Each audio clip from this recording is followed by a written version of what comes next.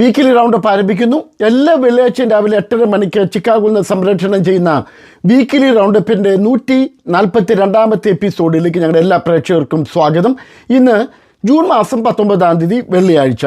Weekly roundup അവതരിപ്പിക്കുന്നത് Kurian Philip. നിങ്ങളുടെ കയ്യിലിരിക്കുന്ന ഫോണിൽ അല്ലെങ്കിൽ ടാബ്ലറ്റിൽ അല്ലെങ്കിൽ സ്വീകരണ മുറിയിലിരുന്ന് ഈ പ്രത്യേക പരിപാടി കാണുമ്പോൾ നിങ്ങളുടെ മറ്റുള്ളവരിലേക്ക് ഈ പരിപാടി ഷെയർ ചെയ്യണമെന്ന് വിനീതമായിട്ട് ഓർപ്പിക്കുന്നു. നിങ്ങളിതുവരെയും ഈ ചാനൽ സബ്സ്ക്രൈബ് ചെയ്തിട്ടില്ലെങ്കിൽ ദയവായി സബ്സ്ക്രൈബ് ചെയ്ത് സഹകരിക്കണമെന്ന് ഓർപ്പിക്കുന്നു. ഈ ആഴ്ചയിൽ അടുത്ത ഞായറാഴ്ച ജൂൺ മാസം 21-ാം തീയതി ഫാദേഴ്സ് ഡേ ആണ്. ലോകം എമ്പാടുമുള്ള ജനങ്ങൾ ഫാദേഴ്സ് ഡേ ആയിട്ട് ആഘോഷിക്കുന്നു. കഴിഞ്ഞ മാസം മദേഴ്സ് ഡേ ആയിരുന്നു. ജൂൺ മാസം ഫാദേഴ്സ് ഡേ ആണ്.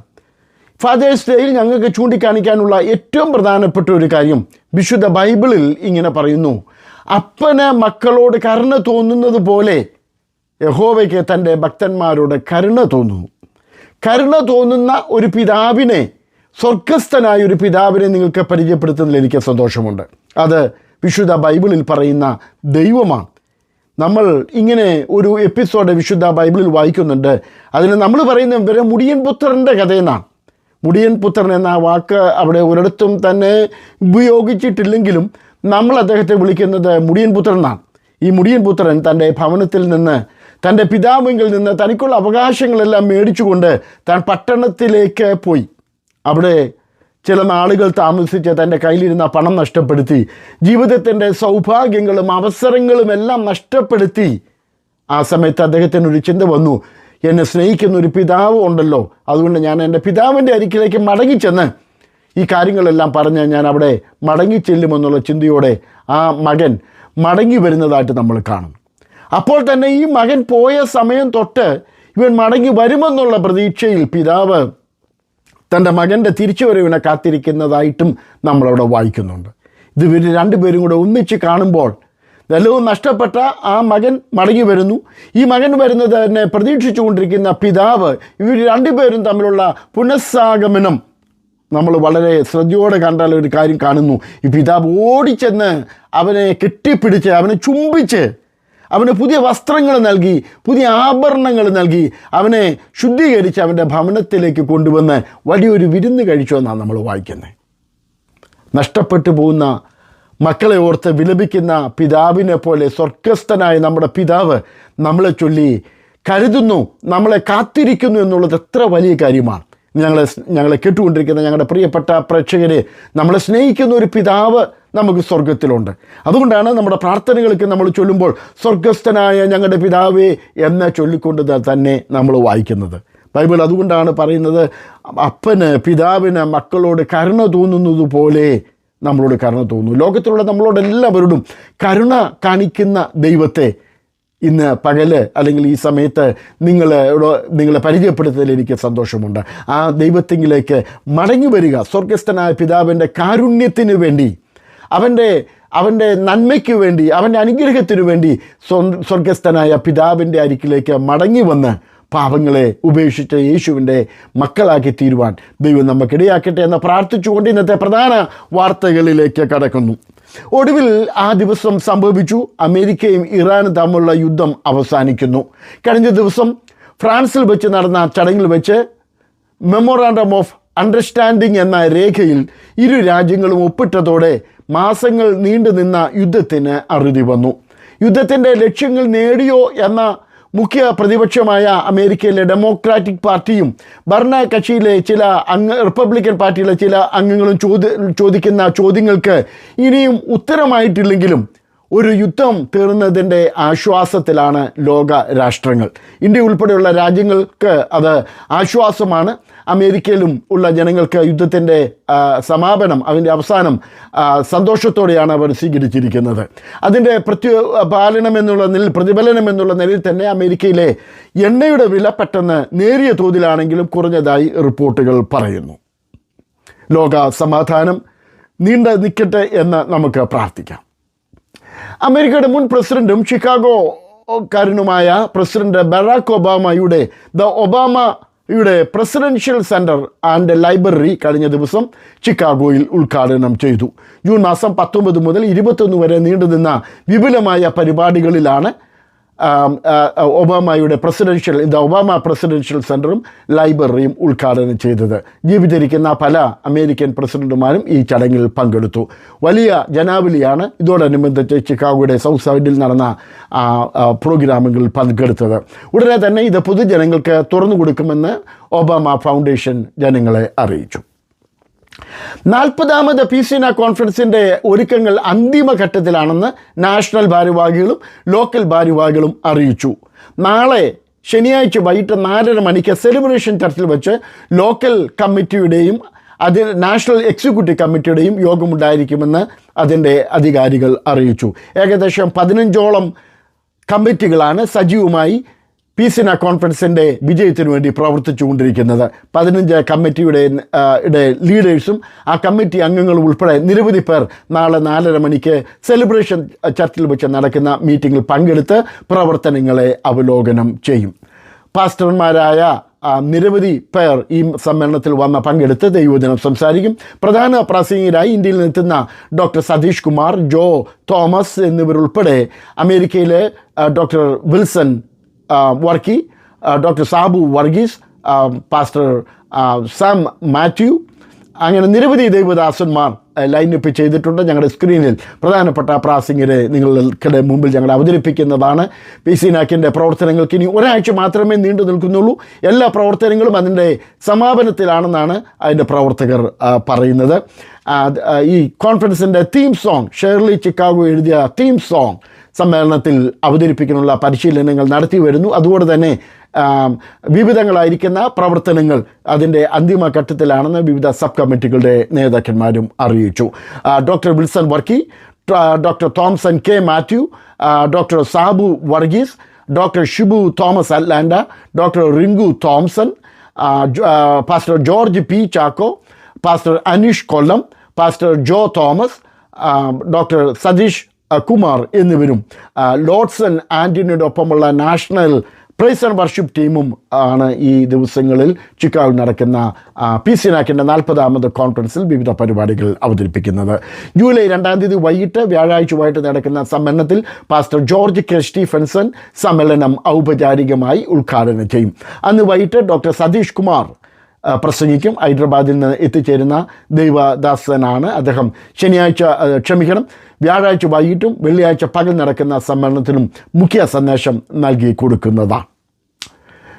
ഈ സമ്മേളനത്തിൻ്റെ വിജയകരമായ നടത്തിപ്പിന് വേണ്ടി 21 ദിവസത്തെ ഉപവാസ പ്രാർത്ഥനയും അല്ലെങ്കിൽ ജാഗരണ പ്രാർത്ഥനയും അതിൻ്റെ പ്രെയർ കമ്മിറ്റി നടത്തി വരുന്നു.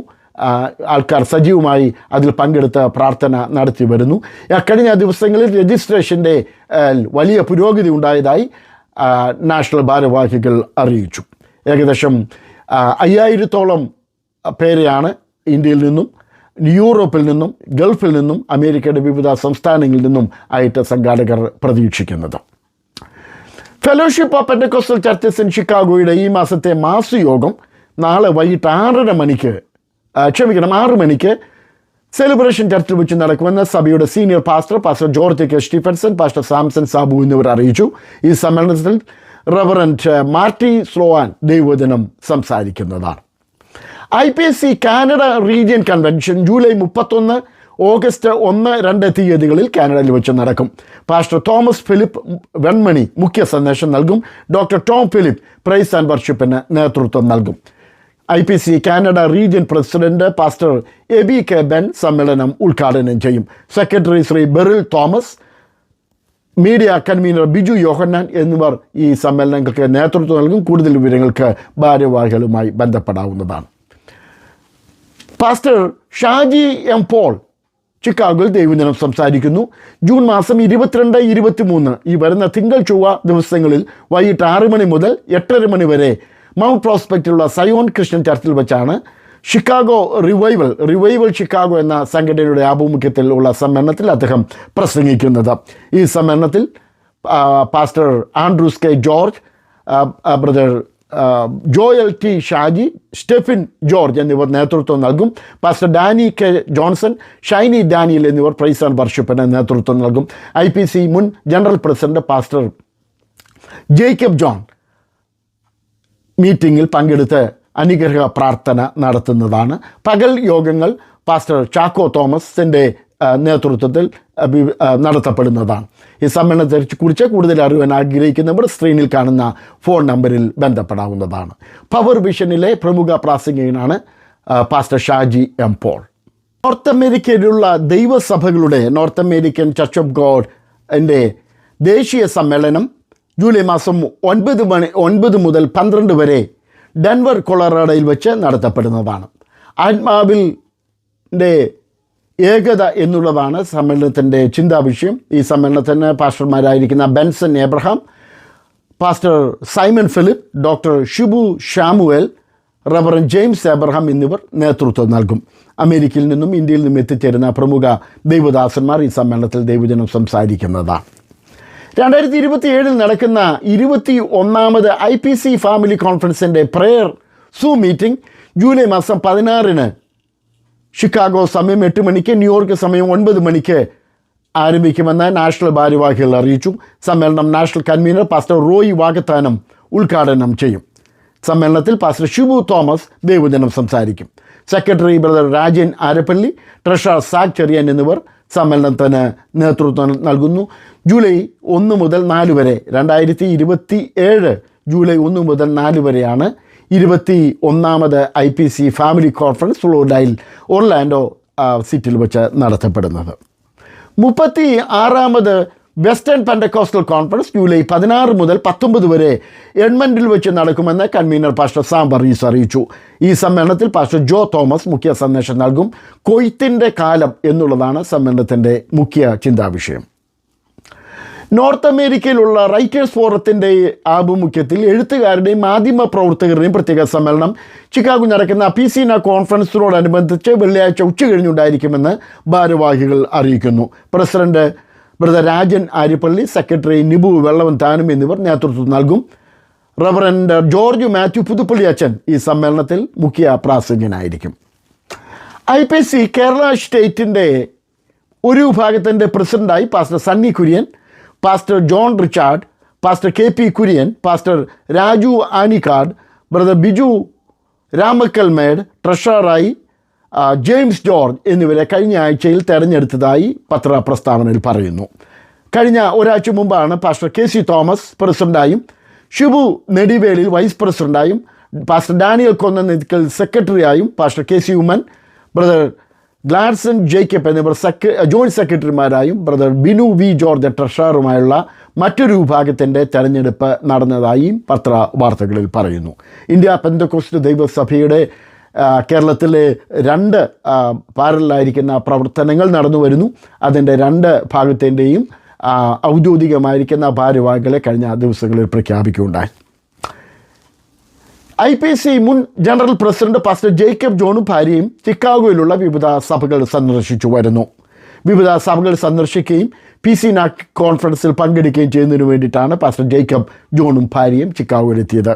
കഴിഞ്ഞ ആഴ്ചയിൽ IPC ചിക്കാഗോ സഭയിൽ നടന്ന സഭാരാധനയിലും സെലിബ്രേഷൻ ചർച്ചിൽ നടന്ന സഭാരാധനയിലും പങ്കെടുത്തു. IPC ചിക്കാഗോ ചർച്ചിൽ നടന്ന സഭായോഗാനന്തരം 73ാമത്തെ വയസ്സിലേക്ക് പ്രവേശിച്ച അദ്ദേഹത്തിൻ്റെ ഭാര്യയ്ക്ക് ജന്മദിനാശംസകൾ സഭാ ജനങ്ങൾ അർപ്പിച്ചു. ഇതോടെ ഇന്നത്തെ വീക്കിലി റൗണ്ടപ്പ് കൂടെ അവസാനിക്കുന്നു. അടുത്ത വെള്ളിയാഴ്ച വീണ്ടും കണ്ടുമുട്ടും വരെ എല്ലാവിധമായിരിക്കുന്ന അനുഗ്രഹങ്ങളും ഞങ്ങളുടെ എല്ലാ പ്രേക്ഷകർക്കും ഉണ്ടാകട്ടെ എന്ന് ഞങ്ങൾ പ്രാർത്ഥിക്കുന്നതിനോടൊപ്പം PCNAക്കിൻ്റെ തുടർന്നുള്ള ദിവസങ്ങളുടെ അപ്ഡേറ്റ് ഞങ്ങൾ വിവിധ മാധ്യമങ്ങളിലൂടെ നിങ്ങളെ അറിയിക്കുന്നതായിരിക്കും. ദയവായി 40ാമത് PCNAക്കിന് വേണ്ടി നിങ്ങളുടെ എല്ലാവരുടെയും പ്രാർത്ഥനയും സഹകരണങ്ങളും ഞങ്ങൾ വീണ്ടും പ്രതീക്ഷിക്കുന്നു. അതിൻ്റെ അന്തിമഘട്ടത്തിലാണ്. ഏകദേശം 5000-ഓളം അല്ലെങ്കിൽ അതിനോടടുത്ത ജനങ്ങൾ പങ്കെടുക്കുമെന്ന് പ്രതീക്ഷിക്കപ്പെടുന്ന സമ്മേളനം ഒരു വലിയ അനുഗ്രഹമായി തീരുവാൻ, ദൈവിക സന്ദർശനം പങ്കെടുക്കുന്നവർക്കുണ്ടാകുവാൻ, ഷിക്കാഗോ സിറ്റിക്കുണ്ടാകുവാൻ എല്ലാവരുടെയും പ്രാർത്ഥനയും ഞങ്ങൾ പ്രതീക്ഷിച്ചുകൊണ്ട് നിങ്ങളെല്ലാവരും ഞങ്ങൾ ചിക്കാഗോയിലേക്ക് സ്വാഗതം ചെയ്യുന്നു. അടുത്ത വെള്ളിയാഴ്ച നമുക്ക് വീണ്ടും കണ്ടുമുട്ടാം. ദൈവം നമ്മളെ സഹായിക്കട്ടെ. God bless you.